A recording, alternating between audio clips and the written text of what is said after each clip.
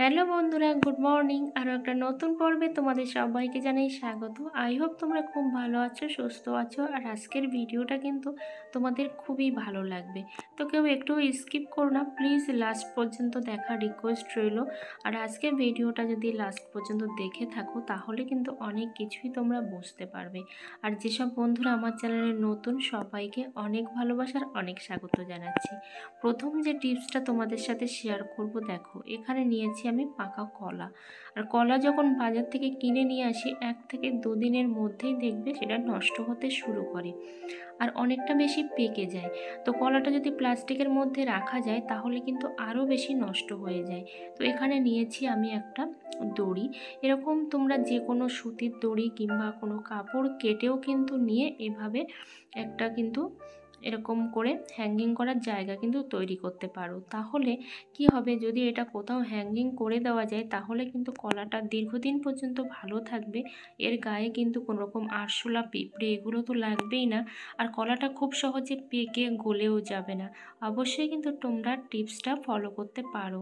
আর আমি জানি আমি যে টিপসগুলো তোমাদের সাথে অ্যাপ্লাই করছি তোমরা হয়তো এর থেকে বেশি ভালো ভালো টিপস জানো, কিন্তু তারপরও আমি যেটুকু শিখেছি এই সংসারে এসে, তো সেটুকুই তোমাদের সাথে শেয়ার করার চেষ্টা করছি। দেখো এখানে নিয়েছি আমি শুকনো লঙ্কা। লঙ্কাটা বাজার থেকে কিনে নিয়ে আসা হয়েছে। তো আমরা শুকনো লঙ্কা তো প্রত্যেকেই রান্নাঘরে রেখেই থাকি, না হলে আমাদের একটা দিনও চলে না। তো এইভাবে যদি প্লাস্টিকের মধ্যে লঙ্কাটা রেখে দিই খুব সহজে কিন্তু লঙ্কার মধ্যে ফাঙ্গাস পড়ে যাবে। তো সেই জন্য আমি নিয়েছি এখানে একটা এয়ারটাইট কন্টেনার।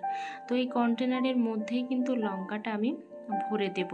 তাহলে কি হবে, এই লঙ্কাটা দীর্ঘদিন 1 বছর যাবতও কিন্তু একেবারেই ভালো থাকবে, কোনো রকম ফাঙ্গাস পড়বে না। অনেক সময় দেখবে প্লাস্টিকের মধ্যে লঙ্কা থাকলে সেই লঙ্কা না উপরে কেমন সাদা সাদা হয়ে ফাঙ্গাস পড়ে যায়, সেটা আর কিন্তু আমরা খেতেও পারি না। আর মন চাইলেও কিন্তু আমরা খেতে পারি না, টাকা দিয়ে কিনে এনে কিন্তু ফেলে দিতে হয়। তো এভাবেই কিন্তু আমি রেখে দেব লঙ্কাটা। পাঁচফোড়নও যখন বাজার থেকে লুজ কিনে নিয়ে আসি তখনও কিন্তু প্লাস্টিকেই দেয়। তো দেখবে এইভাবে যদি আমরা বের করে করে খেতে থাকি তাহলে জিনিসটা কিন্তু ছিঁড়ে পড়ে যাওয়ারও যেমন ভয় আছে, আর সাথে সাথে কিন্তু আমাদের এই পাঁচফোড়নের মধ্যেও কিন্তু ফাঙ্গাস পড়ে যায়। একটু ভালো করে ফলো করলে তোমরা কিন্তু এটা বুঝতে পারবে। তো দেখো এই পাঁচফোড়নটা কিন্তু এখন আমি কিভাবে রাখবো, কারণ আমরা অনেকেই ভাবি যে তাড়াতাড়ি করে এর মধ্যে থেকে বের করব আর আমরা তরকারিতে দিয়ে দেব, সেটা কিন্তু একেবারেই ভুল। কারণ আমরা কিন্তু সবসময় চাই ভালো কিছু খেতে। এখন দেখো এখানে আমি একটা কৌটা নিয়েছি, এটা আমার পাঁচফোড়নেরই কৌটা। তো এইভাবে নেওয়ার ফলে আমি সহজেই কিন্তু যেমন পাঁচফোড়নকে দীর্ঘদিন পর্যন্ত ভালো রাখতে পারবো, আর সাথে সাথে কিন্তু কোথাও ছড়িয়ে যাওয়ারও ভয় থাকবে না বা পড়ে যাওয়ারও ভয় থাকবে না। আর আমাদের জায়গাটা, রান্নাঘরটা কিন্তু অনেকটা সুন্দর, গোছানো, পরিপাটি থাকবে। কারণ সব কিছু যদি প্লাস্টিকের মধ্যে রেখে দিই সেটা কিন্তু দেখতে ভালো লাগে না। আর এখানে যদি তোমাদের এরকম কৌটা না থাকে, বাড়ির কোনো একটা কৌটা কিন্তু তোমরা ইউজ করতে পারো।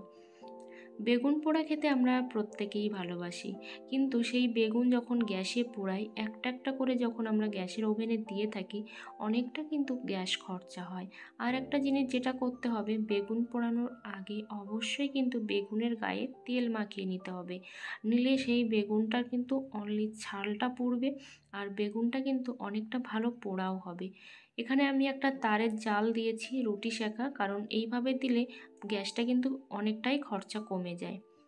যখন আমরা বেগুন পুড়াই, পোড়ানোর পরে সাথে সাথে কিন্তু আমরা অনেকে তুলতে পারি না, এতটাই গরম থাকে। আর গরম অবস্থাতে যদি বেগুনের খোসাটা না তোলা যায় সেটা কিন্তু ভালোভাবে তোলাও যায় না, আর অনেকটা বেগুন নষ্ট হয়ে যায়। একটু হাতে আমি জল লাগিয়ে নিচ্ছি, খুব বেশি জল নয়, অল্প করে জল লাগিয়ে কিন্তু বেগুনের খোসাটা এভাবে আমি ছাড়িয়ে নিচ্ছি। দেখো কত সহজে আমি বেগুনের খোসাটা ছাড়িয়ে নিতে পারলাম। আশা করি এটাও তোমাদের অনেকটা হেল্পফুল হবে। এবার দেখো একটা নিয়েছি কাঁটা চামচ, এই কাঁটা চামচের সাহায্যে কিন্তু আমি বেগুনটাকে এভাবে চিড়ে দেব।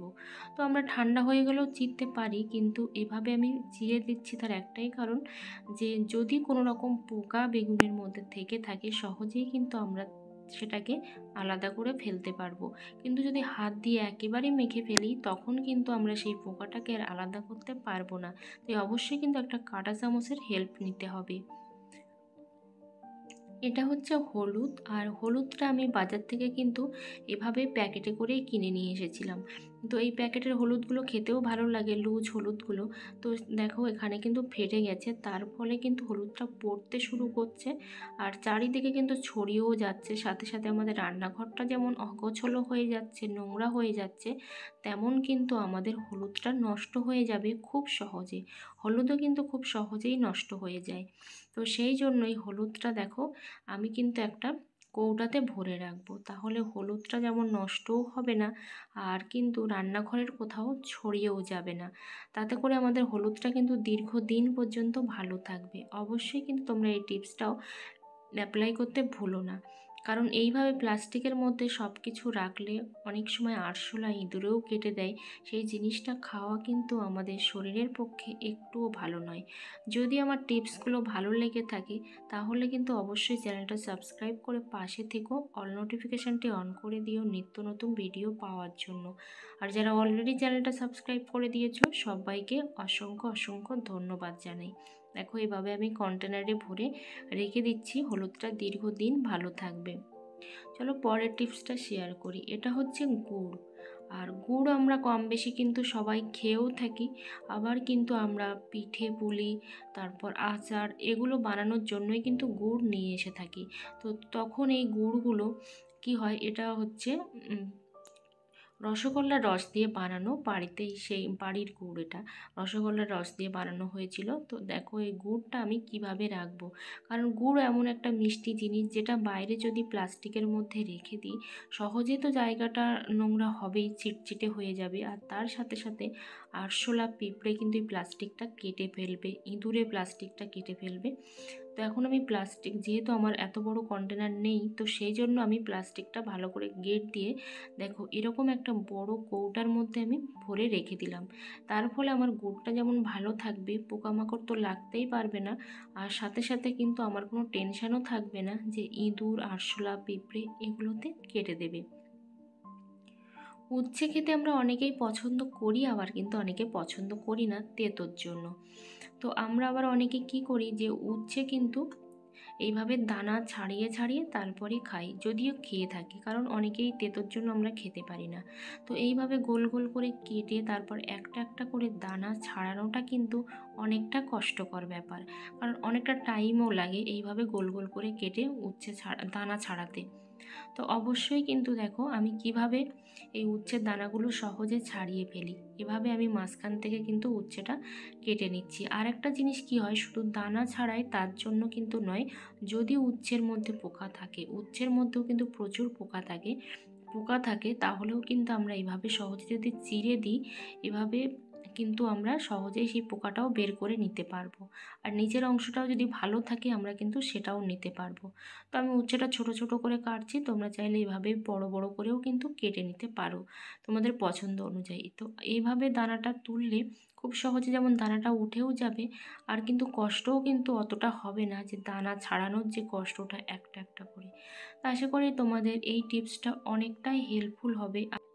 আর আমার ভিডিওতে যদি কোনো রকম ভুল ত্রুটি হয়ে থাকে অবশ্যই কিন্তু ক্ষমা করে দিও।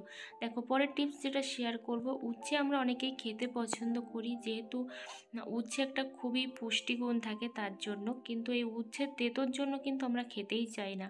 তো দেখো এর মধ্যে এমন একটা জিনিস আমি মিক্সড করব যার ফলে কিন্তু উচ্ছের তেঁতোটা একেবারেই কমে যাবে। এখানে আমি দিয়ে দিচ্ছি লবণ। উচ্ছের ওপর দিয়ে লবণটা ছড়িয়ে দেওয়ার ফলে খুব সহজেই কিন্তু উচ্ছের যে তেঁতো সেই তেঁতোটা কিন্তু চলে যাবে। তারপর আমি এরকমভাবে দেখো হাত দিয়ে কিন্তু খুব ভালো করে মিক্সড করে নেব। তারপরে যখন রান্না করব 4 থেকে 5 মিনিট পরে তখন কিন্তু এটা খুব ভালো করে আমি ধুয়েও নেব।